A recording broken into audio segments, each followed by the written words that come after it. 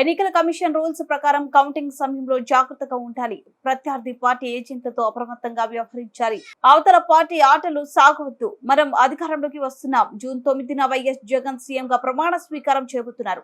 అందులో ఎలాంటి డౌట్ లేదు. వైఎస్ఆర్ కాంగ్రెస్ పార్టీ రాష్ట్ర ప్రధాన కార్యదర్శి సజ్జల రామకృష్ణారెడ్డి మనం ఈ దృష్టిలో పెట్టుకుని దానికి దయచేసి తెలుసుకోండి. అవతల వాడు ఏదన్నా తను అనుకున్నట్టు అడ్డంగా చేయకుండా అడ్డం కొట్టడం నాకు కావాలి. ఏమేమి ఉన్నాయో రూల్ పొజిషన్ దాన్ని చూసుకోవడం. మనది ఒకటి చల్లమోటుగా ఇచ్చేసే పరిస్థితి రాకుండా అడ్డం పడాలి. ఏమేం చేయొచ్చో దానికి మనకు కావాలి.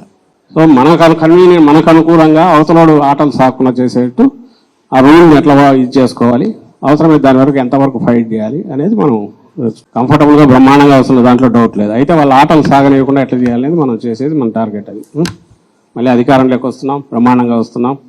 9న ప్రమాణ స్వీకారం ఉంటుంది. ఇందులో ఎలాంటి డౌట్ లేదు.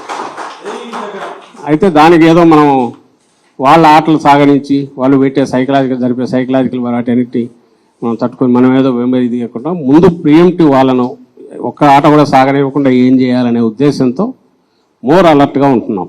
అది దృష్టిలో పెట్టుకోండి ఉద్దేశం.